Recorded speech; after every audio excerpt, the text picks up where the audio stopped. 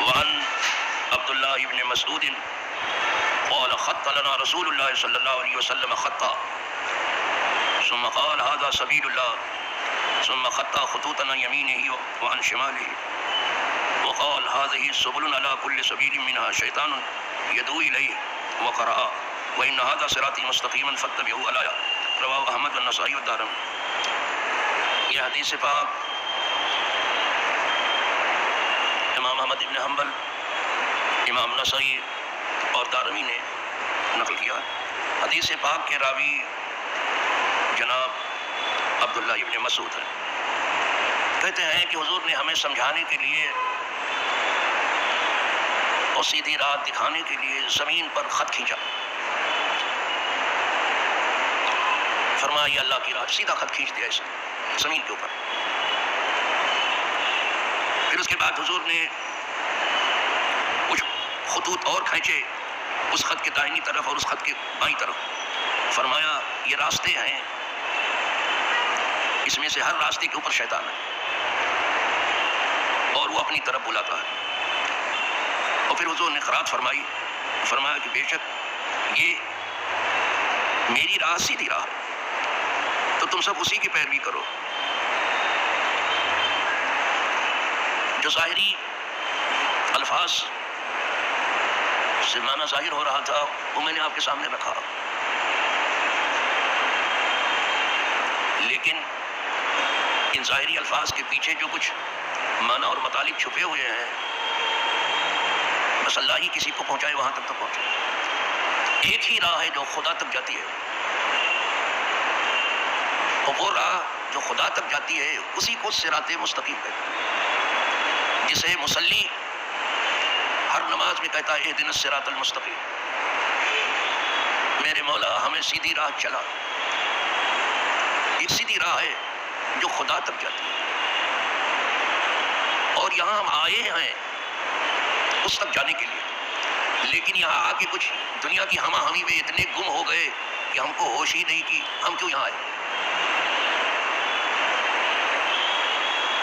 یہ ایسے ہی ہے جیسے کسی بچے کو آپ بازار سے کوئی سامان خریدنے کے لیے نیچے بھیجو کہ بیٹا جاؤ اس سامان لے کے آ جاؤ، اور وہ بچہ تو ہے ہو گیا نیچے، تو بچے کھیل رہے تو وہاں کھیلنے لگا اور بھول گیا کہ کس کے لیے وہ اترا تھا۔ تو آپ یہ کہہ کے اس کو نظر انداز کر، تو بچہ ہے، بچوں کو کھیلتے دیکھتے وہ بھول گیا کہ کس لیے نیچے اترا تھا۔ تو جیسے ہم بچوں پہ ہنستے ہیں، اللہ والے ہمارے اوپر ہنستے ہیں، ہم آئے تھے کس لیے اور کدھر جا رہے ہیں کچھ پتہ ہی نہیں، کچھ ٹھکانا ہی نہیں ہمارا کہ ہم کہاں جائیں۔ جو خط آپ نے سیدھا کھینچا تھا اسی کو کہا یہ میری راہ ہے۔ کہنے کے لیے جو یہ سیدھی راہ بہت آسان ہے، لکھنے میں بھی بہت آسان ہے سیدھی راہ، لیکن جب کوئی سیدھی راہ چلنے لگتا ہے تب اسے پتہ چلتا ہے کہ یہ کتنی مشکل راہ ہے۔ تو ہماری ذمہ داری صرف کہنے ہی کی نہیں ہے، کچھ کرنے کی ہے، اور ہماری ذمہ داری کچھ لکھنے ہی کی نہیں ہے، کچھ کرنے کی ہے۔ ہمیں سیدھی راہ چلنا ہے۔ جو خط سیدھا کھینچ دیا تھا حضور نے کہا میری راہ ہے، تو وہیں یہ بات اجاگر کر دی کہ جو اس راہ پہ چلے گا سیدھی راہ پہ وہ خدا تک پہنچ جائے گا۔ سیدھی راہ کا سب سے بڑا فائدہ ہے خدا تک پہنچ کے رہے، یعنی وہ عارف باللہ ہو جائے گا۔ اور ٹیڑھی راہ کا سب سے بڑا نقصان یہ ہے کہ کوئی سونے چاندی تک تو پہنچ جائے، ہیرے جواہرات تک بھی پہنچ جائے، تخت و تاج تک بھی پہنچ جائے، خدا تک نہیں پہنچتا۔ ٹیڑھی راہ کا سب سے بڑا نقصان ہے، خدا تک پہنچنا ایک الگ ہے۔ اب سمجھانے کے لیے سیدھا خط آپ نے کھینچا تھا، اور جب یہ کہہ دیا کہ یہ میری راہ ہے تو اب دیکھ لینا چاہیے کہ حضور کی راہ کیا ہے۔ حضور جس دن سے آپ کا ظہور قدسی یہاں ہوا اس دن سے لے کے آخری دن تک کوئی یہ نہیں کہہ سکتا کہ حضور نے یہ جھوٹ کہا، کسی کی مجال نہیں۔ یہ قرآن بھی کہا ہے فَإِنَّهُمْ لَا يُكَذِّبُونَكَ، اے محبوب یہ آپ کو جھوٹا نہیں کہتے ہیں، کافر بھی حضور کو جھوٹا نہیں کہتے تھے، وَلَكِنَّ الظَّالِمِينَ بِآيَاتِ اللَّهِ يَجْحَدُونَ، یہ اللہ کی آیتوں کا انکار کرتے ہیں، آپ کو جھوٹا نہیں کہتے۔ جی صاحب اتنے سچے تھے تو کیا اس سچائی سے کچھ آپ نے لینا چاہا راہ چلنے میں؟ اتنا جھوٹ بولتے ہیں کہ جھوٹ کے پاپ کا گھڑا بھر چکا ہے۔ یہاں تک بکنا شروع کر دیا کہ کوئی سچ بول کر کے بھی دھندا ہوتا ہے، اس دھندے کو آگ لگے تو کیا ساری کمائی جھوٹ سے ہی ہوتی ہے کیا؟ تو یہ ساری کاروبار جھوٹے ہیں کیا؟ خدا اس کمائی سے، کمائی کرنے والوں سے دور ہی رکھے تو اچھا۔ یہ کیا ہے؟ یہ دیکھ کر کے پوری قوم جانتے ہو حضور کو الصادق کہتی تھی، 3 سے زیادہ سچا ہم نے نہیں دیکھا۔ چلو، اس وقت کوئی بینک نہیں تھا جہاں لوگ اپنی قیمتی چیز رکھتے،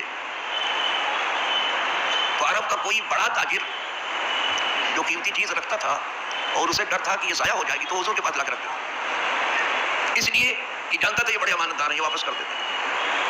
آپ اپنی امانت میں اتنے مشہور ہوئے کہ آپ کو الامین کہا جانے لگا، اور جعلی مبارک پر آج بھی الصادق الامین لکھا ہوا ہے، لا الہ الا اللہ الحق المبین محمد الرسول اللہ الصادق الامین۔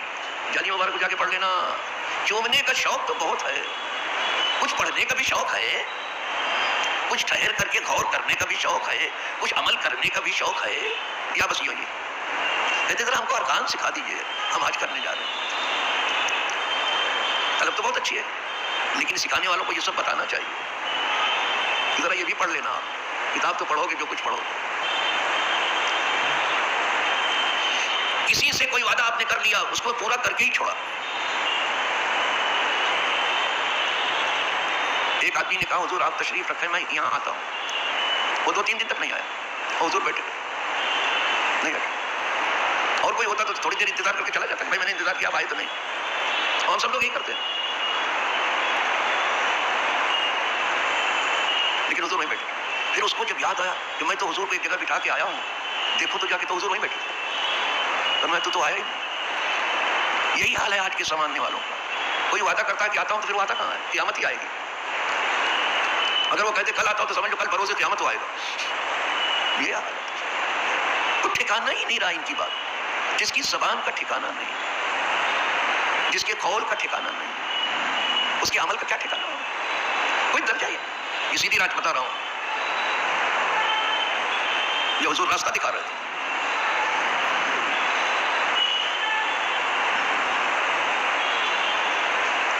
ارے اب کیا بتاؤں صاحب، حضور کچھ کھانا تناول فرما رہے تھے، ایک بد زبان عورت وہاں سے گزری اور کہنے لگی بس اکیلے آپ کھا رہے ہیں، اور میں تو بھی کھا لیں۔ آج بھی کچھ ایسی عورتیں ہیں جو اتنی چپ زبان ہے کہ مرد بھی جو نہ بول سکے وہ بولتی ہیں، وہ بد زبانی کے لیے یا گوئی کے لیے مشہور تھی، بکواس کرتی رہتی، فرمایا تو بھی کھا لے۔ اور آج کے پرہیزگار ہوتے کہتے چل رہے چھری کدھر ادھر ادھر ادھر کہاں سے نکلی؟ تو یہی ہوتا نا، اور کیا ہوتا؟ جب ساری عورت کب کے چھچورا پن کر رہی ہے، فرمایا اچھا تو بھی کھا لے، بلایا اس کو، اور وہ آئی اور حضور کا جھوٹا لے لیا، اس نے کھا لیا، پھر اتنی خوش اخلاق ہوئی کہ اس کی خوش اخلاقی مشہور ہو۔ یہ سیدھی راہ ہے بابا، اچھوں سے تو پیار سب کو ہے، بروں کو جو پیار کرے اور انہیں اچھا بنانے کی کوشش کرے وہ ہمارے حضور ہے۔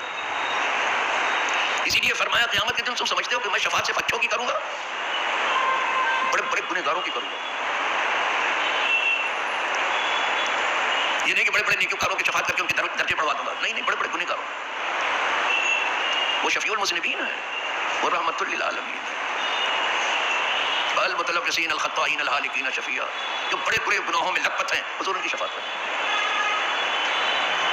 اور بروں کو کہا یہ میرے ہیں، میں یہاں دن بھر اور رات بھر میڈیا کا پیٹ ہی نہیں بھرتا ہے، دوسرے کی برائی کرتے ہیں، اور جس وقت اس کی برائی بیان کرتے ہیں ایسا لگتا ہے کہ ابھی ابھی یہ گنگا اسنان کر کے آئے ہیں، اور تو گنگا کی کیا ضرورت ہے؟ بی جے پی میں اسنان کرنے سے گناہ دھل جائے گا، گنگا کی تو ابھی صفائی ہو رہی ہے، بی جے پی بالکل صاف ہے، صرف اس میں نام نکالنے سے گناہ دھل جائے گا، وہ راستہ چل رہے ہیں۔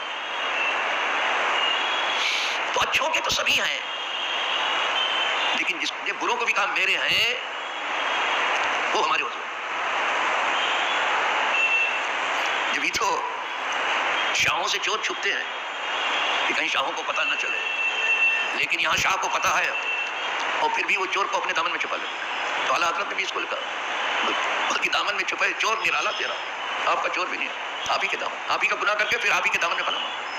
کیا کہنا صاحب، یہ سیدھی راہ ہے بابا، جدھر اشارہ کر رہے ہیں ادھر چلو۔ کوئی وعد ایسا حضور کا تھا ہی نہیں جس میں یہ نہ فرماتے ہو کہ اس کا کوئی دین نہیں جو وعدے کا پابند نہیں، اور اس کا کوئی ایمان نہیں جو امانت دار نہیں. ہر واز میں یہ کہتے ہیں. اب کبھی کبھی کوئی کہتے ہیں تو سیدھی راہ بتا دیا کہ یہ ہے جو میں نے یہ خط کھینچ دیا، بس اس کو دیکھتے رہنا، یعنی میری راہ کو دیکھتے رہنا، اور جو میرے پیچھے پیچھے چلا وہ خدا تک پہنچا، اسی کے پیروی. اس کے بعد جو دائیں بائیں جانی تمام ایسے 73 راہیں ہیں، اسی راستے پہ مت جانا، سب پر شیطان بیٹھا ہے. یہاں ہر شاخ پہ الو بیٹھا ہے. آئی بات، الو کا مطلب شیطان سب جگہ سے، ذرا بھی آپ اترے آپ کو اچک لے گا. اب میری راہ چلنا. اسی لیے سادی صاحب بہت اعتماد کے ساتھ اور بڑے پرزور اعتقاد کے ساتھ کہتے ہیں خلاف پیمبر کثیر رہ کثیر کہ ہرگز بمنزل نخواہد رسید. حضور صلی اللہ علیہ وسلم کے خلاف راستہ چل کر کے کوئی بھی خدا تک نہیں پہنچ سکتا. پہنچنے کے لیے ان کی راہ ضروری ہے، نہیں پہنچ سکتا. وہ خدا تک پہنچانے آئے تھے اور سیدھی راہ چلانے آئے. جب سیدھی راہ چلانے آئے تھے تو آج بھی اللہ والوں کے واز میں یہ سیدھی راہ کا ذکر تو آتا ہی ہے. اللہ حضرت کے لکھتے ہیں ٹیڑھے رستے نہ جا مسافر سن، راہ رحمان چلتے. ٹیڑھی راہ مت چلو، سیدھی راہ چلو، سیدھی راہ چلو. یہاں کم و بیش 150 زبانوں میں نشریات ہوتے ہیں دنیا میں. نہ جانے یہاں کتنے فرق ہیں، نہ جانے کتنے مذاہب ہیں، نہ جانے کتنی راہیں ہیں. لیکن اگر تعصب و نظری سے آپ ذرا سا ہٹ جاؤ تو آپ کو معلوم ہوگا کہ اسلام جیسی کوئی راہ نہیں. ویسے تو کل حزب بما لدیہم فرحون. اصل میں لوگوں کے لیے دشواری یہ ہوئی کہ اگر مسلمان بھی ہو جائیں تو کیا ہو جائیں، شیعہ ہو جائیں کہ سنی ہو جائیں، وہابی ہو جائیں کہ دیوبندی ہو جائیں کہ جماعت اسلامی کے ہو جائیں، کہ جبریہ ہو جائیں کہ قدریہ ہو جائیں کہ مرجیہ ہو جائیں، کیا ہو جائیں. سوچتا ہے آدمی کہ صرف سنی رہیں، کیا کریں، کیا ہو جائیں. یہ سب مت دیکھو کہ کیا ہو جائیں، یہ دیکھو کہ حضور کیا ہے بس. اچھا اسی لیے ہوشیاری سے انہوں نے پہلے تو بہت نام بدلا. وہابیوں نے پہلے محمدی اپنے آپ کو کہتے تھے، پھر یہ اپنے آپ کو اہل حدیث کہتے رہے. خود کا بھی دوسرے اہل حدیث نہیں ہے. پھر یہ اپنے آپ کو وہابی کہتے رہے. کہیں اپنے آپ کو مجاہد کہتے رہتے، کیرلا وغیرہ میں مجاہد کہلاتے تھے. یہ گرگٹ کی طرح سے رنگ بدلتے رہے. اور پھر بعد میں جا کر کے انہوں نے اپنا نام اب جو ہے سلفی رکھ دیا. سلفی کا مطلب یہ ہے کہ ہمارے سلف پہلے کے بزرگ جو تھے ہم ان کے راستے پر. اگر کہنے سے کوئی راستے پر ہوتا تو کیا ہوتا؟ آپ سلفی ہو، تمہارے اسلاف یہود و نصارہ کیسی غلامی کر رہے تھے جیسے تم کر رہے ہو. یہی منہ مسعود کے سلفی ان کے راستے پر. کچھ نہیں ہے، اپنے خواہش کے بندے ہو، اپنے ضمیر کو بیچنے والے ہو، اپنے ایمان کا سودا کرنے والے ہو، اپنے ایمان کو سرے بازار نیلام کرنے والے ہو. سلفی بنتے ہو تم. کجا سلفی. تو کیا مذاق کے لیے اقبال نے کہہ دیا مسلمان ہے جسے دیکھ کے شرمائے یہود؟ مذاق کے لیے کہہ دیا تھا. جو یہود نے نہیں کیا وہ سعود نے کیا ہے، اور دونوں نے ایک ہی تھن سے دودھ پیا. وہ بھی امریکہ کے بل پہ اچھلتا کودتا ہے، یہ بھی امریکائی کی غلامی پہ ناز کرتے ہیں. فرق یہ ہے کہ ایک آقا ایک چوکیدار ہے. سعودی عرب چوکیدار ہے تمام لوگوں کو. کس کو معلوم نہیں ہے یہ راز، لیکن ملائی کھانے والوں کو تو سب کھانا ہی ہے نا. ان کے نزدیک ٹھنڈی کہاں ہوگا یہ. لا حول ولا قوت الا باللہ. صرف کہنے سے کچھ ہوتا تو کیا حالت ہے. کچھ کرو، کارے کن، کچھ کرو، کوئی کام کرو بابا. سیدھی راہ چلنے کا کوئی کام کرو. کارے کن ہے فلاں و غنیمت شمار سانپ پیشتر کی بانگ برائے فلاں نما. اس سے پہلے کچھ کام کر لو کہ آواز اٹھے آبادی میں کہ فلاں نہیں رہا. اس سے پہلے پلیز کچھ کر لو. اور مانگتے ہو مانگ لو کہ خدایا تو نے سب کچھ دیا ہے، اپنے حبیب کی راہ بھی دے دے. آئی بات سمجھ میں؟ بس انشاءاللہ اگر یہ راستہ مل گیا تو آپ خدا تک یقینی طور پر پہنچ جائیں. وآخر دعوانا الحمدللہ رب العالمین.